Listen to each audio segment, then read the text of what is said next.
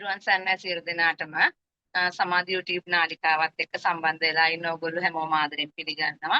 ඉතින් මේ වීඩියෝ එක විශේෂයෙන් යොමු කරන්නේ මම ඊයේ දවසේදී මේ චීන වාස්තු විද්‍යාව පිළිබඳව කරපු වීඩියෝ එකට ගොඩක් ප්‍රතිචාර හම්බුණා. ඉතින් ප්‍රශ්න කිහිපයක් යොමු වෙලා තිබුණා.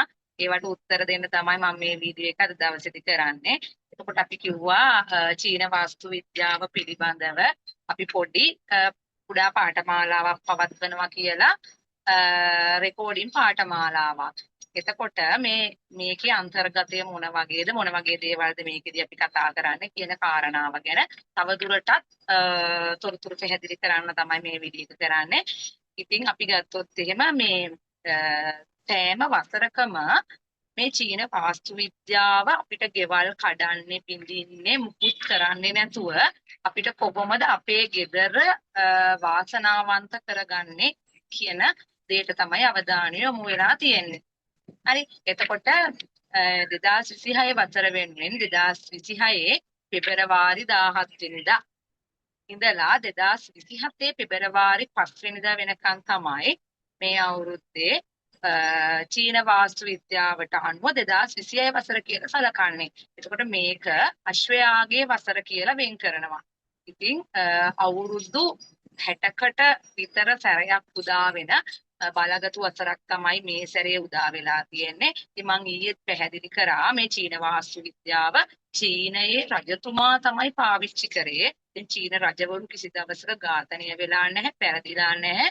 ඉතින් එහෙම චීන වාස්තු විද්‍යාව ඊට පස්සේ බලවතුන් අතරපත් වුණා. ලෝකයේ වැඩි පිරිසක් හරිම උනන්දුයි මේ චීන වාස්තු විද්‍යාව තමන්ගේ ගෙදරට එකතු කරගන්න. මොකද මේකෙදි ගෙවල් කඩන්න බින්දින්න ඕනේ නැහැ. අපි හැමෝම කැමති අපේ අවුරුද්ද ගත්තාම අපිට ධන ශක්තිය ආකර්ෂණීය වෙනවා නම් වැඩියෙන් ධනය හම්බ වෙනවා නම් අපේ දරුවන්ට හොඳට ඉගෙන ගන්න පුළුවන් වෙනවා නම් අපිට හතුරු කරදර නැතුව යනවා නම් අපිට ලෙඩ රෝග නැතුව යනවා නම් ස්වාමියා බිරිඳත් එක්ක හොඳ අමුතලි සම්බන්ධතා යහපත්ව පවත්වාගෙන ඉන්න පුළුවන් කාලයක් වෙනවා නම් ඊට පස්සේ විදේශගත වෙන්න පුළුවන්. එහෙම නැත්නම් බලාගෙන ඉන්න අපේ දරුවන්ට විදේශගත වෙන්න අවස්ථාව හම්බ වෙනවා නම් මේ වගේ යහපත් දේවල් සිද්ධ වෙනකොට අපි කැමතියි. රෝග ඇති වෙන්නේ නැත්නම් රෝග අඩු වෙනවා නම් අපි කැමතියි නේද? එතකොට අපි සමෘද්ධිමත් කාලයක් ගත කරන්න තමයි අපි හැමෝගෙම කැමැත්ත. ඒ නිසා තමයි පුද්ගලයෝ කේන්දර බලන්නේ මේ කාලේ මට කොහොමද කියලා බලන්නේ, ගෙවල් බලන්නේ වාස්තු විද්‍යාඥයෝ නේද? යහපත්ව ජීවත් වෙන එක, දියුණු වෙලා ජීවත් වෙන එකනේ අපි හැමෝගෙම අරමුණ.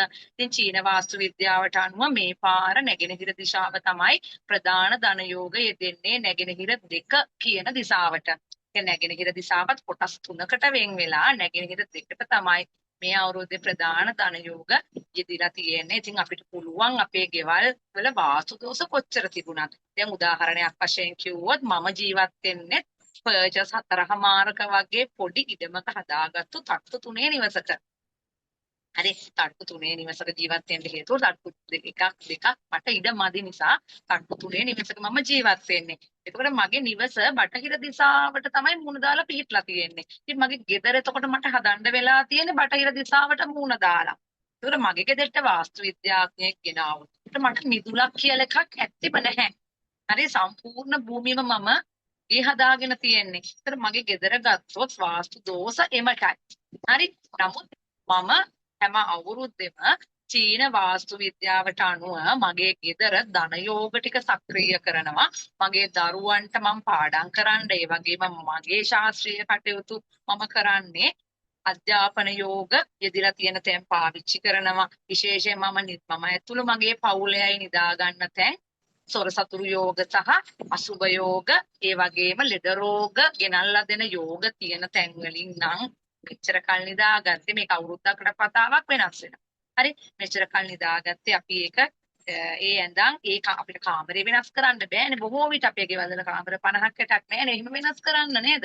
නමුත් එක කාමරේ ඇතුළෙම අපිට පුළුවන්කම තියෙන ඇඳ වෙන තැනකට දාන්න. කියන්නේ දිසා අල්ලන්න ඕනේ, සියුම් දිසා අල්ලන්න පුළුවන් අපිට අපේ ජීවත් වෙන තැන. හරි, ඉතින් ඒ නිසා ප්‍රධාන ධනයෝග ටික අපි ඇක්ටිව් කරගත්තාම අපිට ඒ අවුරුද්දේ හොඳට ධනය හම්බ වෙනවා. ඒ වගේම රෝග ස්ථාන වලින් අපි ඈත් වෙලා ඉන්නකොට අපිට ලොකුවට ඒ අවුරුද්දේ ලෙඩ වෙන්නේ නැහැ. හරි ඒ වගේම ස්වර සතුරු කරදර අසුබ යෝග ක්‍රියාත්මක වන තැන් වලින් අපි ඈත් වෙලා හිටපුවාම එතනින් අපිට යම් වාසනා ශක්තියක් ගන්න පුළුවන්. ඉතින් මේ විදිහට අපි චීන වාස්තු විද්‍යාව අපේ ගෙදරට අරගෙන එනවා. මේක කරන්න අපිට කිසිම වියදමක් යන්නේ නැහැ. හරි.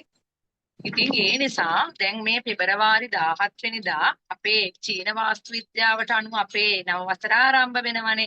එතකොට 17 වෙනිදාට පෙර අපිට කරන්න දේවල් තියෙනවා. කියන්නේ සුබ අසුබ ශක්තියින් අපේ ගෙදර තියෙන දේවල් පළවා හරින්න අපිට කරන්න ඕන ප්‍රතිකර්මයක් තියෙනවා. ඒ ප්‍රතිකර්මය අපි 17 වෙනිදාට පෙර කරන්න ඕනේ. ඒ වගේම තමයි අපිට මේ ප්‍රධාන ධන යෝගය එහෙම නැත්නම් අපි කියනවා ඒකට කාසි තරුව නැත්නම් මුදල් තරුව අල්ලන්න නැකත යෙදිලා තියෙන්නේ 17 වෙනිදා පාන්දර නිසා. හරි අපි මේ චීන ක්‍රමයට වාස්තු විද්‍යාව අපේ ගෙදරට ගේනවා නම් ප්‍රධාන ධන යෝගයත් අල්ලගෙනම චීන වාස්තු විද්‍යාව අපේ ගෙදරට කරන එක තමයි අපේ මේ දිශාවල් ඇක්ටිව් කරන එක තමයි ඊටාම හොඳ වෙන්නේ. ඒ නිසායි අපි මේ චීන වාස්තු විද්‍යා වැඩසටහන මේ 14 15 කියන දවස් දෙකේ හරි 14 මේක තියෙන්නේ 14 15 16 කියන දවස්වල මේ වැඩසටහන සූදානම් කරන්න හේතුව ඒක. ඉතින් මේකෙදි මොනවද කරන්න කියලා මම කිව්වොත් එහෙම මේකෙදි අපි පුද්ගලයාගේ චීන කේන්දරය හදනවා ක්‍රම දෙකකට. මේකෙන් දීර්ඝ ක්‍රමයක් තියෙනවා කෙටි ක්‍රමයක් තියෙනවා. දීර්ඝ ක්‍රමයේදී අපි කාරණා 63ක් පරීක්ෂා කරනවා කේන්දරේ. දැන් ඔයාලා මෙතන මම මේ වැඩසටහන කරන්න ඇත්තටම මගේ ජ්‍යොතිෂය සහ අනිකුත් මගේ ජ්‍යොතිෂය සම්බන්ධ විෂය පද්ධතියන් වලට සම්බන්ධ වෙලා ඉන්න අපේ පන්තිවල ඉන්න අය උදෙසා විතරයි මේ පාඨමාලාව ඉතා අඩු මිලකට අපි කරන්නේ. පිටින් කෙනෙක් මේකට සම්බන්ධ වෙනවා නම් අපි වෙනත් ගාස්තුවක් අය කරන්නේ. හරි. ඒතර අපේ අය වෙනුවෙන් තමයි කරන්නේ. මොකද අපේ පන්තිවල ගොඩාක් අය මට කියනවා මේ ශාස්ත්‍රීය විද්‍යාව ක්ලාස් එකක් පටන් ගන්න පොකගා කියනවා. ඉතින් මම ඒකට එච්චරම උනන්දු වෙන්නේ නැත්තේ. මොකද මම භාවිතා කරන්නේ ඇත්තම කිව්වොත් චීන වාස්තු විද්‍යාව මගේ ගෙදර තියෙන විදියට අනුව මට වාස්තු තියලා මගේ ගේ හදාගන්න බෑ. මගේ භූමිය පොයිච්ච 4මාරයි. හරි වාස්තු ඔක්කොමත් තියලා බටහිර දිශාවට මූණ දාලා තියෙන චූටි ගෙදරක තට්ටු තුනක හොඳ ගෙයක් වාස්තු සෙයියල්ලා තියෙන ගෙයක් හදන්න බෑ. ඒක වාස්තු විද්‍යාව දන්න නිසා ඕගොල්ලෝ හැමෝම වැඩි හිටියෝ හැමෝටම තේරෙනවා නේ. ඉතින් ඕගොල්ලන්ගේ ගෙවල්ලත් වාස්තු දෝෂ එම්මට ඇති. නමුත් වෙන්න ඕනේ වසරින් වසර අපේ තියෙන දෝෂ අවම කරගෙන. අපි කොහොමද මේ ආර්ථික ශක්තිය සාකුරනගා ගන්න, නිරෝගී ශක්තිය ගොඩනගා ගන්න, අනිකුත් සුභ ශක්තියින් මේ වසරේ අපේ ගෙට දාගෙන ඉන්නේ නේද? කියන කාරණාව පිළිබඳව තමයි. එතකොට අපි ඒ වෙනුවෙන් කරන්න පුළුවන් දේ කරන එක තමයි අපිට කරන්න පුළුවන් හොඳම දේ. ගේ කඩන්නේ බින්දින්නේ නැතුව. හරි. ඉතින් අපි කේන්දරයක් බැලුවත් සාමාන්‍යයෙන් බලන කාරණා ටිකක් තියෙනවානේ. සාමාන්‍යයෙන් කේන්දරයක් බැලුවත් අපි මේ වසර මට කොහොමද කියන එකනේ බලන්නේ නේද? වසරකටනේ අපි කේන්දරේ බැලුවත් ප්‍රායෝගික වෙන්නේ කේන්දරයක් වසරකට බලන එක. ඉතින් අපි චීන කේන්දරය කාරණා 63ක් යටතේ පරීක්ෂා කරන එක දීර්ඝ පරීක්ෂාවක්. 63ක් යටතේ පරීක්ෂා කරනවා මේ කාලේ වාට සොර සතුරු කරදර එනවා නම් කොච්චර එන්න පුළුවන්ද? හරි මේ සැරේ වාට ජලයෙන් අනතුරු වෙනවද ස්වභාවික විපත් වෙනවද නීතිමය ගැටලු වලට ඔයා මුහුණ දෙනවද නැත්නම් ඔයාට විරුද්ධව කතා පැතිරිලා වගේ කීර්ති නාමයට හානි සිද්ධ වෙනවද ඒත් වගේ ධන යෝග මේ සැරේ කොච්චර හොඳට ඔයාට ධනය ලැබෙන යෝග ඔයාට පිටලා තියෙනවද ඔයාට අධ්‍යාපන යෝග විදේශගත වීමේ යෝග හරි අනිත් අයගේ උපකාර ලැබෙන යෝග ආදී වශයෙන් යෝග 63ක් අපි බලනවා පුද්ගල කේන්දරේ කාරණා 63ක් කොහොමද ඔයාට මේ අවුරුද්ද හරි එතකොට චීන කේන්දරේ ක්‍රම දෙකකට පරීක්ෂා කිරීම සහ ඒකට අදාළව අවශ්‍ය ලිත් සටහන් ඔයාලට මේ පාඨමාලාවේදී ඔයගොල්ලන්ට ලැබෙනවා. හරි ඔයගොල්ලෝ අමතරව විද්‍යාදම් කරලා කිසි දෙයක් මේකෙදි පිටින් අරගන්න අවශ්‍ය නැහැ. ඔයගොල්ලන්ට අවශ්‍ය වෙන්නේ මාලිමාවක් විතරයි. ඉතින් මේ මාලිමාවත් ඔයාලගේ ෆෝන් එකේ මාලිමා ඇප් එකක් තියෙනවා. ඒ ඇප් එක පාවිච්චි කරලා ඔයගොල්ලන්ට මාලිමාව පාවිච්චි කරන්න පුළුවන්. හරිද? ඊළඟට ගත්තම දැන් අපි හිතමුකෝ අපිට නීතිමය ගැටලු ඇති වෙනවා. සොර සතුරු කරදර ඇති වෙනවා වෙන අසුබ යෝග ක්‍රියාත්මකයි කියලා කේන්දරෙන් එහෙම තියෙනවා නම් අපි gedara ඉන්නේ ඒවා යෙදිච්චම ඒවා අහුවෙන තැන්වල නම් අපි වැඩිපුර වැඩ කරන්නේ අපි නිදාගන්නේ අපි වැඩිපුර වාඩි වෙලා ඉන්නේ අපි දන්නේ නැහනේ. හරි ඒවත් තියෙන තැන් දන්නේ මේ චීන වාස්තු විද්‍යාව දන්න අය විතරනේ. ඒ තැන්වල නම් අපි වැඩිපුර ඉන්නේ අන්න අර කර්මයෙන් එහෙම නැත්නම් කේන්දරෙන් දීලා තියෙන අර නරක දේ වාට හොඳටම ක්‍රියාත්මක වෙනවා. එහෙනම් කේන්දරෙන් දීලා තියෙන අසුබ තත්වයන් ඔයාට මේ වසරේ අඩු කරගන්න පුළුවන්. ඔයාට වඩාත් වාසනාව කැන්දන ස්ථාන ගෙදර අඳුරගෙන ඒක ගෙදරින් ගෙදරට වෙනස්. ගෙදර හැඩෙන් හැඩයට වෙනස්. එහෙනම් අපි මේකෙදි කතා කරන කොහොමද අපේ ගෙදර ඒ දිශා ටික සහ අනුදිශා ටිකට වෙන් කරලා කොහොමද සියුම් දිශා අල්ලගෙන කොහොමද අදාළ තැන් අපි ඇක්ටිව් කරන්නේ අපි ගෙදර හිටියොත් මොනවද එතන අපි කරන්න ඕනේ අපි ගෙදර නොහිටියත් අපි ගෙදර වහලා දාලා රස්සාවට යන කට්ටිය අපි ගෙදර නෑ අපි රැයට එන්නේ නමුත් ගෙදර දවස මුළුල්ලේම කොහොමද අපේ ධනයෝග ටික අපි ඇක්ටිව් කරලා තියන්නේ වාසනාවන්ත යෝග ටික ඇක්ටිව් කරලා තියන්නේ රෝග බිය ගෙනල්ලා දෙන සහ සොර සතුරු කරදර සුභ යෝග කොහොමද අපි සක්‍රීය කරගන්නේ නැතුව තියාගන්නේ කියන කාරණාව අපි එතකොට මේකෙදි කතා කරනවා. හරි කේන්දරෙන් බලලා ඒකට පිළියම් වශයෙන් අපි කොහොමද ගෙදර වාස්තුව නිවැරදි කරන්නේ කියන කාරණාව කතා කරනවා වගේම අපි සුබ වැඩ කරන්න යනකොට මේ චීන වාස්තු ඕනම ශාස්ත්‍රයක අපි දන්නවා නැකත් කලාවක් තියෙනවා. හරි ඕනම ශාස්ත්‍රයක ක්‍රිෂ්ණමූර්ති පද්ධතිය ක්‍රිෂ්ණමූර්ති නැකත් කලාව තියෙනවා. අපේ පාරම්පරික ක්‍රමවල අපේ පාරම්පරික නැකත් කලාව තියෙනවා. එතකොට මේ චීන වාස්තු විද්‍යාව සහ චීන කේන්ද්‍රය චීන නැකත් කලාව මේ තුන එකට බැඳිලා තියෙන්නේ. ඉතින් කොහොමද අපි මේ චීන ක්‍රමයට කොහොමද අපි ඕනම වැඩක් කරනකොට බලගතු නැකතක් වෙලාවක් සහිතව පිට ගැලපෙන. හරි අපිට සීහෙන නැකතක් කොහොමද අපි මේ ක්‍රමවේදයේ යටතේ අල්ලගන්නේ කියන කොටස් ටික අපි අංග සම්පූර්ණව මේකෙදි කතා කරනවා. හරිද? එතකොට මේ අපිට ප්‍රධානම දවස වෙන්නේ පෙබරවාරි මාසේ 17 වෙනිදා පාන්දර තමයි මේ සැරේ ප්‍රබල ධන යෝග යෙදিলা තියෙන දවස වෙන්නේ. ඉතින් අපි ඒ තරුව අල්ලන්න ඕනේ. ඉතින් ඒ නිසා මේ පිළිබඳව උනන්දුවක් දක්වන හැමෝම මේ අවුරුද්ද තමන්ගේ ධනය අතින් ආඩ්‍ය කරගෙන අනිකුත් අසුබ ශක්තියින් පළවා හැරලා ඔයාගේ කොහොමද ජ්‍යොතිෂ කාමයේ අපිට වෙන වෙනම කාර්යාලයට කරන්නත් පුළුවන්. හරි ඔයාගේ කාර්යාලයේ සමහර දිශා තියෙන ඔයා බලාගෙන වාඩි වෙලා හිටියොත් ඔයාට ලොකු කරදර ඇති වෙන ඔයාගේ ධනය අඩු කරන හරි කිසි දියුණුවක් ලබන්න බෑ මේ දිශාවන් වලට හැරිලා වැඩ කරොත් එහෙනම් අපේ ගේ වෙනස් කරන්න වෙනවා. දැන් මම මේ අවුරුද්දේ මගේ ගෙදර ඔරලෝසු ගහපු තැන් වෙනස් කරනවා. හරි මගේ ගෙදර ඔරලෝසු තුනට ඔරලෝසු තුනක් තියෙනවනේ. ඒ ඔරලෝසු තුන මම වෙනස් කරනවා.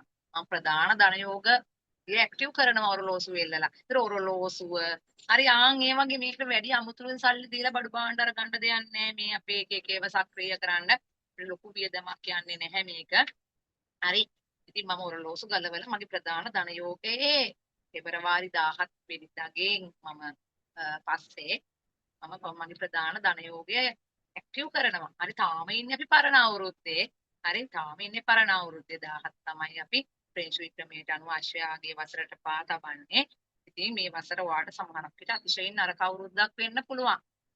එහෙනම් ඔයා කොහොමද ඔයාගේ නරක වලින් මිදිලා සුබ දේවල් ලං කරගන්නේ? ඔයාට ඉතා සුබ අවුරුද්දක් නම් කොහොමද මේ සුබ තත්ත්වය දෙගුණ තෙගුණ කරගෙන කොහොමද ඔයා වාගේ ධනය නිරෝගීතාවය සහ අපි කියන අෂ්ට ලක්ෂ්මිය නේ මනුස්සයෙකුට අෂ්ට ලක්ෂ්මිය තියෙන්න ඕන හොඳින් ජීවත් වෙන්න නම් ධනය තිබුණාටම බැහැ ලෙඩ වුණොත් නේ ධනය තිබුණාටම බැහැ අධ්‍යාපනය අඩාල වුණොත් ධනය තිබුණාටම බැහැ ආහාර පාන ලැබුණ නැත්නම් නේද ධනයට ඔක්කොම ගන්න බැහැනේ අෂ්ට ලක්ෂ්මියම ළඟා කර ගන්න කොහොමද මේ සැරේ තාම ප්‍රබල ධන යෝගය දෙනවා. ඉතින් ඒ ධන යෝග අපි ඇක්ටිව් කරගන්නේ කියන සියලු දේ කතා කරනවා. මේක අපි කතා කරන්නේ වීඩියෝ වලින් ඔයගොල්ලන්ට.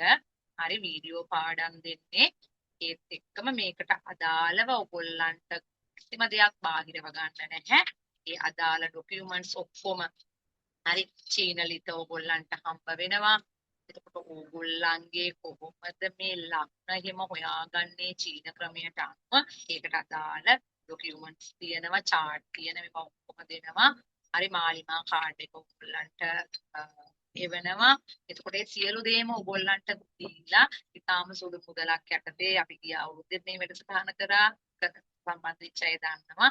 අපි ඒ අය කරපු මුදලෙන් භාගික මුදලක්වත් මේ සැරේ ඇත්තටම අය කරන්නේ නැත්තේ අපේ පන්ති වල අය ගේ මොනවා හරි ගැටලු තියෙනවා නම් ප්‍රශ්න තියෙනවා නම් ආර්ථික ගැටලු මැද ඉන්න අය ඉන්නවා නම් ඒගොල්ලන්ට යම් යහපතක් කරන්න ඕනේ කියන චේතනාවෙන් තමයි අපි වැඩසටහනට මේ පන්ති වල අයට විතරක් සම්බන්ධ වෙන්න අපි අවස්ථාව දීලා තියෙන්නේ. ඉතින් ඒ නිසා හෙට ඉඳලම ඔයගොල්ලන්ට වීඩියෝ හම්බ වෙනවා.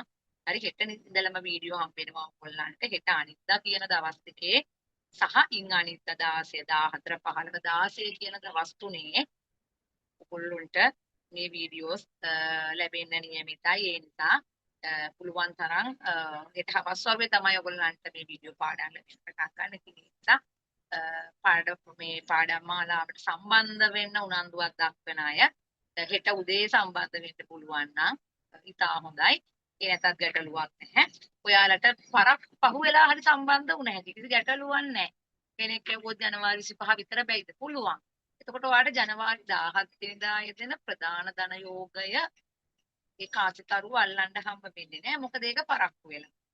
පහුවෙලානේ දින නේද? ඉතින් ඒ නිසා ජනවාරි 17ට පෙර ඇතුල් වෙනවා නම් වඩාත් යෝග්‍යයි කියලා ඉතින් මම හිතනවා. ඉතින් මම හිතනවා ඔයගොල්ලෝ යොමු කරපු ගැටලු ගොඩකට විසඳුම් එහෙම නැත්නම් පිළිතුරු මෙතනින් හම්බ වෙන්න ඇති කියලා. ඉතින් එනම් බොහොම ස්තුතියි හැමෝටම තෙරුවන් සරණයි.